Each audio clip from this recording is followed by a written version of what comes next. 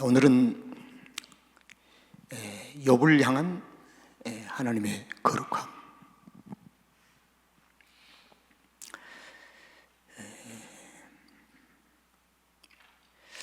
이 제목이 일반적으로 성도들에게는 이해가 되지 않는 제목일 수도 있습니다. 욥기서를 보면은 욥은 거룩함의 정상에 있는 사람인데 하나님께서 더 이상 욥에게 무슨 거룩함을 요구하실 필요가 있겠는가 라고 하는 생각을 갖게 됩니다. 신은교 목사에게는 이 제목이 적용할 수가 있겠죠. 신은교 목사를 향한 하나님의 거룩함 요구. 근데 욥기는 성경 속에 있는 욥에 대한 우리가 이 얘기는 거룩할 대로 거룩한 사람으로 인식을 하고 있습니다. 너무 부담스럽지 않는가? 더 이상 더 거룩해지라는 말이 하나님의 요구사항이라면 부담스럽습니다. 이렇게 얘기할 수가 있겠지요. 그러나 욥기서를 기록하신 하나님의 목적은 욥의 거룩함에 초점이 있는 것이 아니고 하나님 자신의 거룩함에 초점을 맞추고 있는 것이 욥기서 기록 목적입니다. 욥기서를 보면은 한 박스로 우리가 욥기서를 표현한다고 한다면 들어가는 출구, 들어가는 입구, 나오는 출구가 있어요. 근데 박스 안에는 거기에 들어간 자를 우리는 그리스도인이라고 비유를 한번 해보겠습니다. 그리스도인이 되는 순간 어느 입구로 들어가야 되잖아요. 그리고 이 땅에 우리가 그리스도인으로 박스 안에 살고 있지만 언젠가는 나와야 돼요. 출구가 있어야 돼요. 이것이 오늘 욥기서 1장부터 42장까지 전 내용입니다. 그래서 이 박스 안에서 이루어지는 욥의 삶을 기록한 것이 욥기서예요. 자, 그러면 욥기서 1장 1절 들어가는 입구를 보고 동시에 나오는 출구까지 보도록 하겠습니다. 우스 땅의 욥이라고 이름하는 사람이 있었는데 그 사람은 순전하고 정직하여 하나님을 경외하며 악에서 떠난 자다. 이걸 그리스도인이라고 합니다. 그래서 1절을 하나 묶어보면은 그리스도인. 입구가 됐죠. 하나님의 은혜 안에 들어갔다. 근데 출구가 있어요. 욥기서 42장 17절에 보니까 마지막 요절입니다. 나이가 늙고 기한이 차서 죽었더라. 이게 출구예요. 이제 벗는 거예요. 늙었다는 이 말은 죄에 대한 결과입니다. 그래서 우리 사람은 영원히 이 땅에 살 수가 없어요. 반드시 죄를 범하고 나는 창세기 3장 이후에는 반드시 늙고 죽는다는 것입니다. 반드시 늙고 죽어요. 그리스도인도 늙어서 죽어요.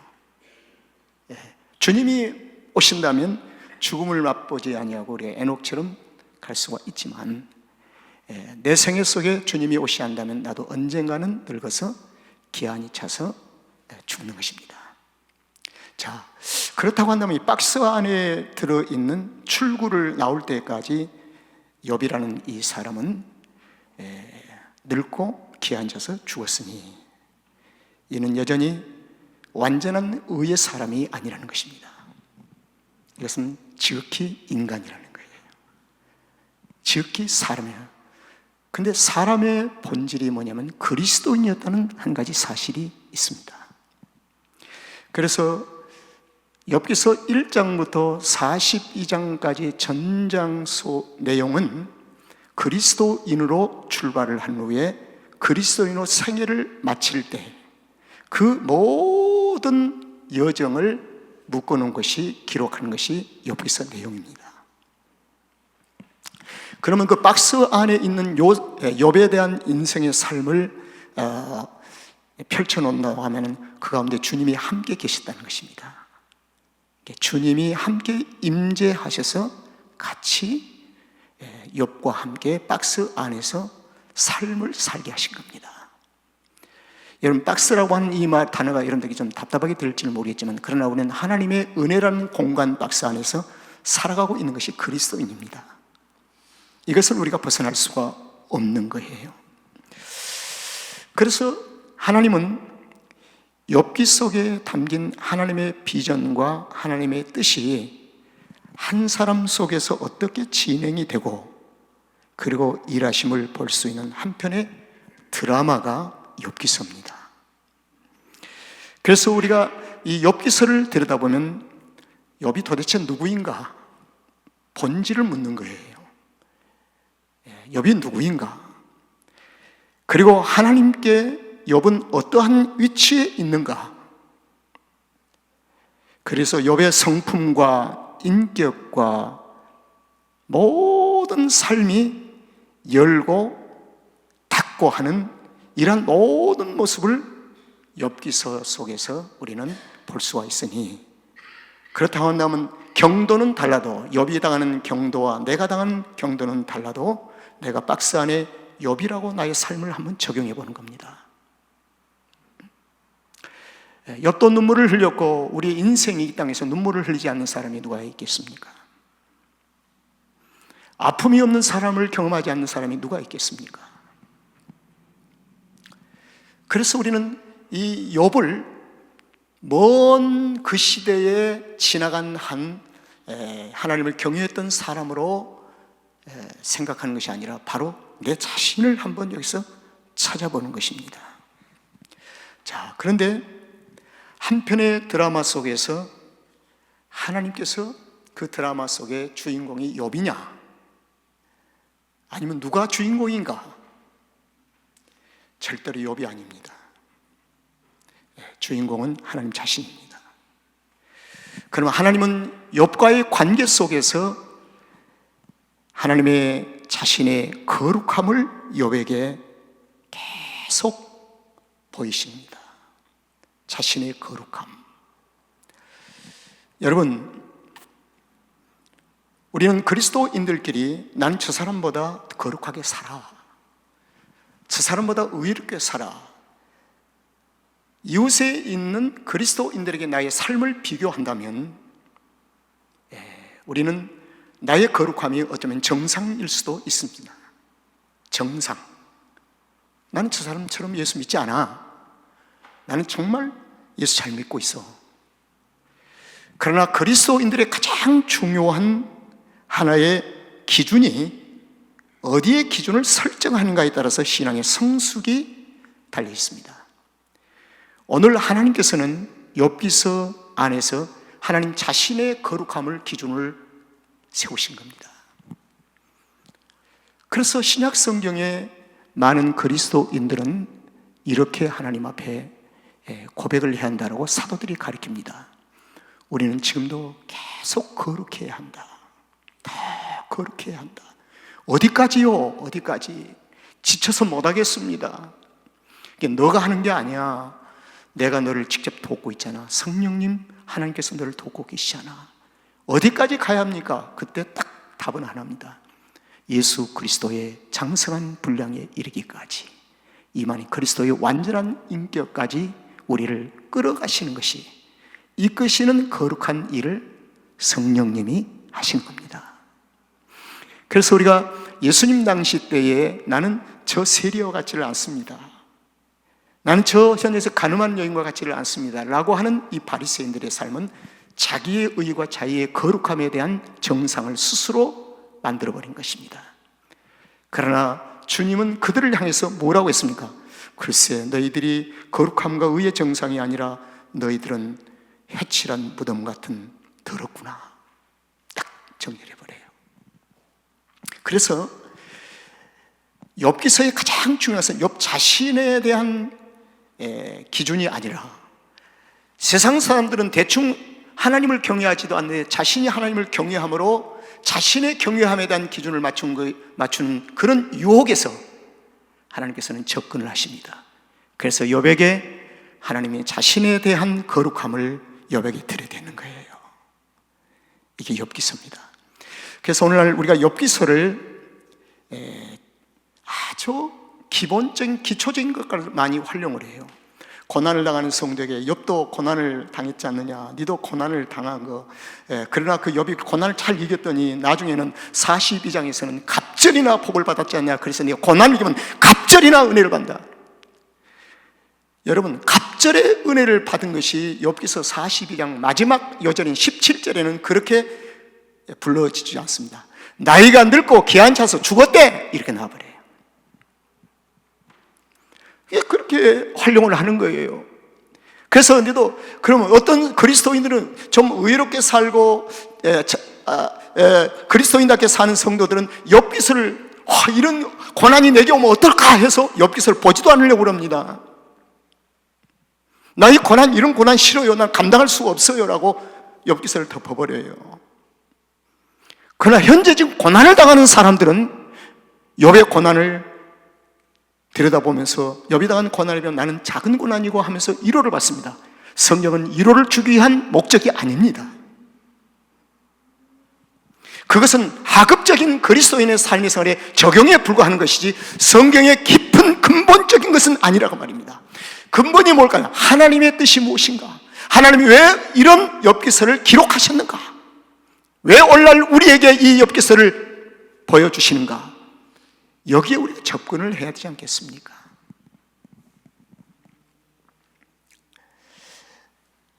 여러분, 욥의 거룩한 성품이나 의의를 드러내기 위한 목적이 아니라 욥의 경건 생활 속에서 하나님의 거룩함을 드러내는 데 목적이 있다는 겁니다.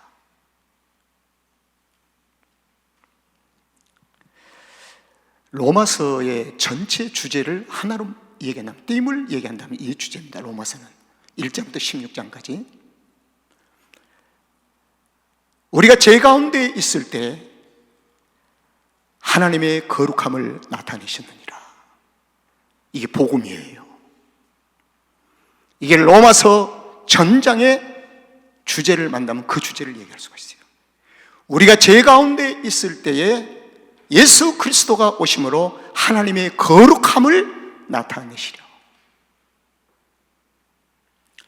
자, 이것을 그대로 적용한다면은 욥의 그 삶 속에 하나님께서 찾아가셔서 하나님의 거룩함을 나타내시려고 이렇게 우리가 적용할 수가 있지요. 그렇다고 하나님의 거룩함을 드러내기 위해서 우리를 죄 가운데서 계속 머물러 있기를 원하신 것은 아닙니다.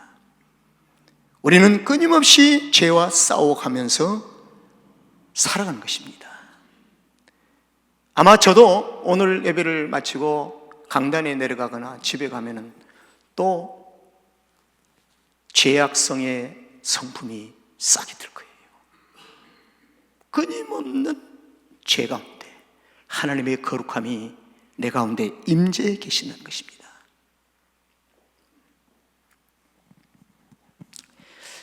이제 저는 오늘 본문으로 들어가 보겠습니다. 본문은 우수 땅에 왜 성경은 이 우수 땅이라고 했을까? 이 우수는요, 셈족 계열들이 살고 있는 이스라엘 땅이 아닌 저 변방, 동방에 위치한 올라오는 사우디아라비아 북서부 요르단 동쪽 그 위치한 땅을 학자들이 그걸 우수 땅이라고 주장하는 사람이 있어요. 그 우수 땅, 이것이 지금 예루살렘에서 일어나는 사건이 아니고 이스라엘 땅에서 일어난 사건이 아니고 저 우수 땅. 이거 추적을 해보면 참 재미난 일이 있습니다. 하나님께서는 세상을 멸절시키고 노아의 8식구를 살리셨습니다. 그리고 방주에서 나오게 하고 세상살이를 펼쳐주십니다. 노아의 아들 셈, 함, 야벳. 거기에 셈족 계열이 우스 땅에 살았다는 학자들의 견해가 있어요. 또 아브라함이 셈족 계열의 사람입니다. 자, 그렇다고 한다면 노아에게 하나님의 언약이 있었지 않습니까? 무지개를 통해서 언약을 주셨잖아요. 그 언약의 유효성, 지금 우스 땅에 있는 욥이라고 하는 그 사람이 하나님의 약속에 적용이 되고 있다는 거예요. 하나님 약속, 언약에 대한 약속, 백성. 그래서 이 말씀이, 복음이 예루살렘과 유다와 사마리아와 땅끝까지, 이 말은 모든 열방을 위해서 하나님께서 메시아 예수 그리스도를 보내셨다는 것입니다. 이 말씀은 오늘 우수 땅이라는 것은 참으로 중요한 땅입니다. 우수 땅에 욥이라고 이름하고 하는 사람이 있었으니 이걸 그대로 달리 부르겠습니다. 우수 땅에 그리스도인 욥이라는 사람이 있었습니다. 이렇게 불러도 전혀 하자가 없어요. 우스 땅에 그리스도인이라고 한 사람이 있었으니 그 사람이 누구라고요? 욥입니다. 욥이에요. 그런데 그 사람이 어때요? 순전하고 정직했대요. 아, 태어날 때부터 순전하고 정직했을까요? 태어날 때부터 좀 더 착한, 성품이 착한 사람이 있을 수도 있지만은, 그렇다고 이 사람이 태어날 때부터 예수 그리스도를 만나지 아니하면 하나님을 경외할 수가 있을까요? 주의 이름으로 하나님 앞에 제사를 드리지 아니하면 그건 경외함이 아닙니다.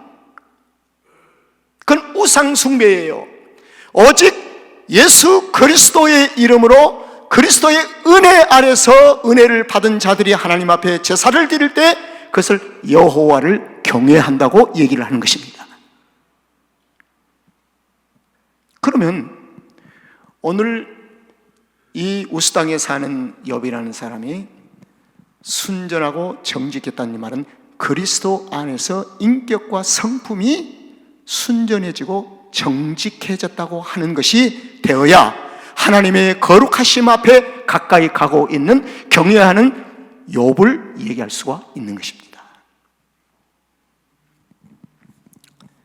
자, 여기서 순전이요, 히브리 성경에서는 아주 정확하게 이 순전을 정리해주고 있어요. 뭐냐면 분열되지 않는 마음,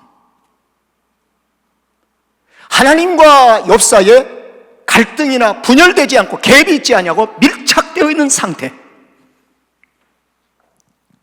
하나님으로부터 등을 돌리지 아니하고 외면하지 아니하고 밀착된, 분열되지 않는 욥과 하나님의 관계를 순전이라고 얘기합니다. 이것을 정리하면 뭐냐면 하나님께로 전적인 향하는 삶, 하나님을 전적으로 향해서 방향을 살아가는 삶. 그 다음에 순전과 뭐라고 그랬어요? 정직. 이 정직은 순전한 삶을, 방향을 설정하는 것입니다. 방향. 좌로나 우로나 치우치지 아니하고 오직 등 돌리지 아니하고 여호와를 향하여. 이게 정직이에요. 우리가 일반적으로 도덕적인 관념에서 순전과 정직이라는 단어로 접근한다면 성경의 본질을 잘못 이해하는 겁니다. 하나님께서 왜 이 말씀을 우리에게 주셨는가? 자, 그렇다고 하면 제가 강조하고 나면 정이 묻습니다. 요셉이 스스로 순전하고 정직할 수가 있을까요, 없을까요? 못합니다. 이제 여기서부터 출발해야 돼요. 절대로 못합니다. 하나님의 은혜가 있어야 합니다. 이 말은 예수 그리스도의 보혈의 피가 있어야 순전하고 정직해질 수가 있습니다. 아주 정확한 거예요, 이게. 그 사람은 순전하고 정직하여, 그 다음에 뭐요? 하나님을 경외한다. 이게 순전하고 정직한 삶이 하나님을 경외한다는 것에 도달할 수가 있는 겁니다. 그 다음에 결과는 뭐예요? 악에서 떠난다. 이 말은 완전한 의로움으로 의로 터녀한다는 말이 아니라 하나님 앞에 등 돌리지 아니하고 방향을 정직하게 설정하여 좌로나 우로 치우치지 아니고 순전과 정직함으로 여호와를 따라가는 자, 이것이 악에서 떠난 자라는 것입니다.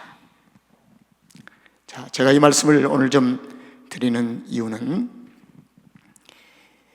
우스 땅에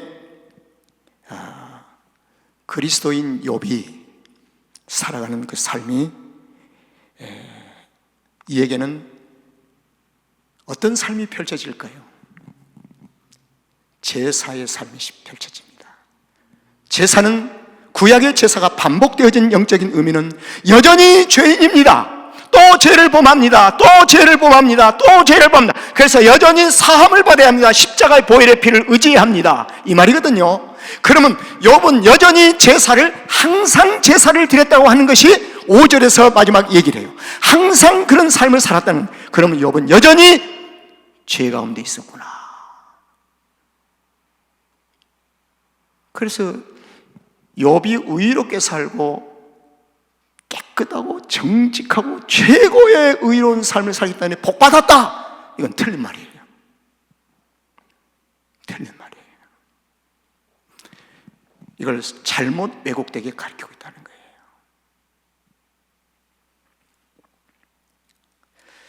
제가 이번에 25년 전에 그 옛날 성경이 하나 보았던 거 있어요.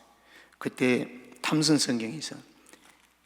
그때 나름대로 성경을 얼마나 나름대로 보았는지 모르겠어요. 그냥 줄을 팍 커져가지고 아주 성경장에 뻘거더라고요. 그걸 내가 이 5절을 다시 들여다봤는데 그때 어떻게 내가 성경을 가르쳤는지 거기다 메모를 했는데 보니까 부끄러워서 못 견디겠어요. 욥의 의로움을 통해서 하나님이 이렇게 복을 주셨습니다. 와, 너무 부끄러워서 몸둘 바를 몰랐습니다. 의롭게 삶으로 하나님께서 복 주신다고 하는 이 말을 내가 부인하는 건 아닙니다. 그것이 본질이 아니라는 것입니다. 그것보다 더 중요한 것은 욥의 생애 속에 하나님의 거룩하심을 나타내기 위한 꾸준한 도전이었다. 그래야 욥을 사랑하는 겁니다. 왜? 욥이 하나님의 장성한 분량에 이르기까지 끌어가시는, 피지땀을 흘려 끌어가시는 하나님의 그 수고와 노고를 높이 찬양하지 아니할 수가 없다는 것입니다.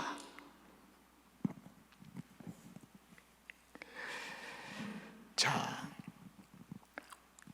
우스 땅에 사는 욥이 외적인 삶이 이랬답니다. 2절부터 한번 보겠습니다. 그 소생은 남자가 얼마요? 7이요 여자가 3이요. 또 3절을 보겠습니다. 그 소유물은 양이 7,000이요 약대가 3,000이요 소가 500켤이요 암나귀가 500이며 종도 많이 있었으니 이 사람은 동방 사람 중에 가장 재벌이었다. 그래서 1절에서 여호와를 경외를 잘하고 있기 때문에 이런 복받고 사는 걸 보라 이렇게 얘기한다면 이것은 참 심각한 얘기입니다. 그럼 어떻게 답을 넣느냐? 의롭게 살고 욥보다 더 의롭게 살아도 지질이 가난하고 지질이 힘들고 지질이 고난이 많고 시련이 많은 사람을 어떻게 우리가 해석해 줘야 할지, 어떻게 해석해 줘야 할지. 오늘날 현대 그리스도인들의 생각 속에 이러한 잘못된 사고력에 사로잡혀 버리면은 죽도록 기도했는데 내게 돈 200만 불을 달라고 기도했는데 응답이 안 돼서 나중에 포기해버리고 맙니다. 기도도 포기해버리고 맙니다. 기도를 포기하는 것은 생명이 끊기는 것이 아니에요. 오늘 욥에 대해서 우리가 한번 이렇게 새롭게 접근을 하는 것입니다. 외적인 삶도 이렇게 재벌이었지만 신앙의 자세도 대단했습니다. 신앙의 자세를 높이 평가하려는 것은 아니지만 한번 보겠습니다. 4절을 보겠습니다. 그 아들들이 자기 생일이면 각각 자기의 집에서 잔치를 펴고, 이건 대단한 부잣집이에요. 그 누이셋도 저와 함께 먹고 마십니다. 잔치합니다. 5절, 그 잔칫날이 지나면 욥이 그들을 불러다가, 그 다음 단어가 중요해요. 무슨 단어일까요? 성결케 하는 관심을 가졌다는 것입니다. 아버지 욥이 성결에 대한 관심이 삶의 주제였다는 겁니다. 성결에 대한 주제보다도 잘 먹고 잘 살고 출세하고 명예 받으면 되지. 그러나 욥의 아버지인 욥은 자녀들의 삶의 생활에 성결에 대한 관심을 갖고 있었다는 겁니다. 그만큼 욥의 삶의 생활이 성결. 그럼 어떻게 성결해집니까? 제사 없이는 성결해질 수가 없다. 제사 없이는. 제사는 누굴까요? 희생제물, 예수 그리스도의 피 흘리심이 없이는 성결해질 수가 없다는 것입니다. 예수 그리스도의 십자가 앞에 가지 않고는 결코 우리가 성결해질 수가 없다는 거예요. 자, 성결케 하되 또 아침에 일어나 그들의 명수대로 번제. 그래서 성결과 번제는 묶여진 것입니다. 번제가 없는 성결은 불가능한 일이에요. 반드시 번제 속에서만이 성결함을 받을 수가 있습니다. 이 말은 반드시 예수 그리스도의 십자가의 죽으심 속에서만이 신홍규 목사의 죄를 성결케 깨끗이 씻을 수가 있습니다. 사람들이 너 괜찮아, 그냥 괜찮아, 예, 그래가지고 죄를 씻는 게 아니에요. 예수 그리스도의 십자가에서만이. 믿으시면 아멘? 그렇습니다. 그렇습니다. 그런데 욥이 번제를 드리고 난 후에 말하기를, 혹시 욥의 영성에 대한 민감한 반응을 여기서 볼 수가 있습니다. 이 정도 되니까 욥을 의롭게 사는 사람이라, 그래서 이걸 너무 올려버리고 만 거예요. 이 정도 된 부모가 어디에 있는가? 그래서 욥은 우리가 비교될 수 없는 의롭게 산 사람이 의인이 아닌가? 그래서 당신은 그렇게 의롭게 사니까 하나님이 갑절이나 축복을 해주셨지. 지극히 초보적인 얘기를 던지고 맙니다. 한 가지 분명한 것은 그리스도인의 삶의 생활에 영성이 매우 민감했다는 것입니다. 이 말은 성령과 더불어 사는 삶을 가리킵니다. 묵상 중에 주님과 대화하며 교제하며 소위 영음을 듣고 있었다는 것입니다. 하나님의 음성을 듣고 살아가는 사람이었습니다. 욥이 말하기를, 혹시 내 아들들이 죄를 범하여 마음으로 하나님을 배반하였을까? 이게 염려가 된다. 욥의 행사가 항상 뭐요? 이러하였더라. 이 말은 반복적인 삶을 살았다는 것입니다. 자, 그러면 욥은 완전한 의인이 아니다. 여기서 결론이 났죠. 따라합시다. 욥은 완전한 의인이 아니다. 그래서 욥이 완전한 의인이 아니기 때문에 하나님이 하신 일이 뭔가? 장성한 분량에 이르기까지 욥을 세워가기 위하여, 이 말은 장차 도래할 메시아를 통해서 모든 그리스도인의 삶 가운데서 우리를 장성한 분량까지 이끌어가시기 위한 하나의 모델로, 표본으로 우리에게 욥기서를 하러 가셨다는 겁니다. 그래서 지금도 성령님은 우리 가운데서 일하고 계십니다. 아멘. 무슨 일하고 계시는가?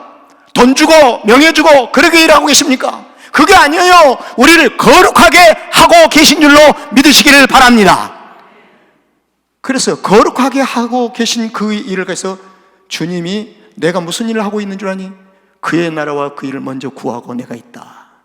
그래서 너희들도 그의 나라와 그 일을 먼저 구하며 살아라. 그 말입니다. 그 말이에요. 여러분,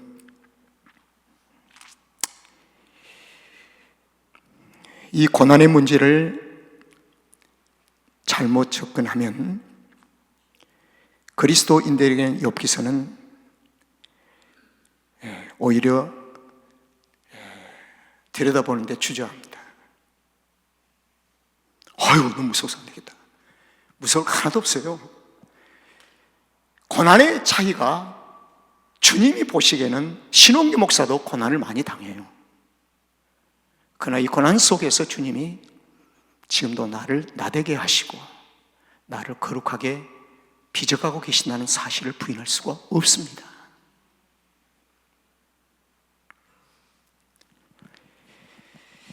저는 5절 하반절에 항상이라고 하는 이 단어로 오늘 설교의 결론을 마치려고 합니다. 욥의 행사가 이러하였다라고 성경이 종결했다면 어떻게 할까? 한 역사의 히스토리에 지나간 인물에 불과할 것이죠. 그러나 항상 이러했대요.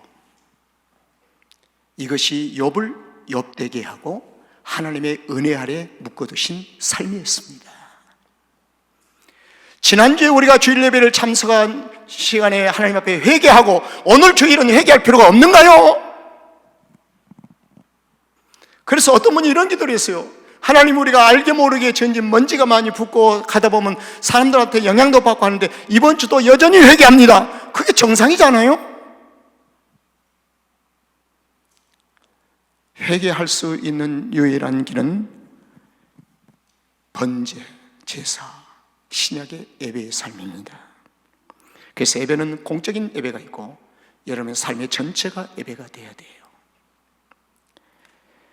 오늘 욥기서 1장 1절에서 그리스도인으로 출발한 욥,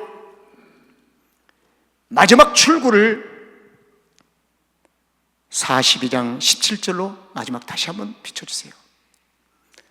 그러한 욥도 나이 늙고 기한이 차서 죽었다.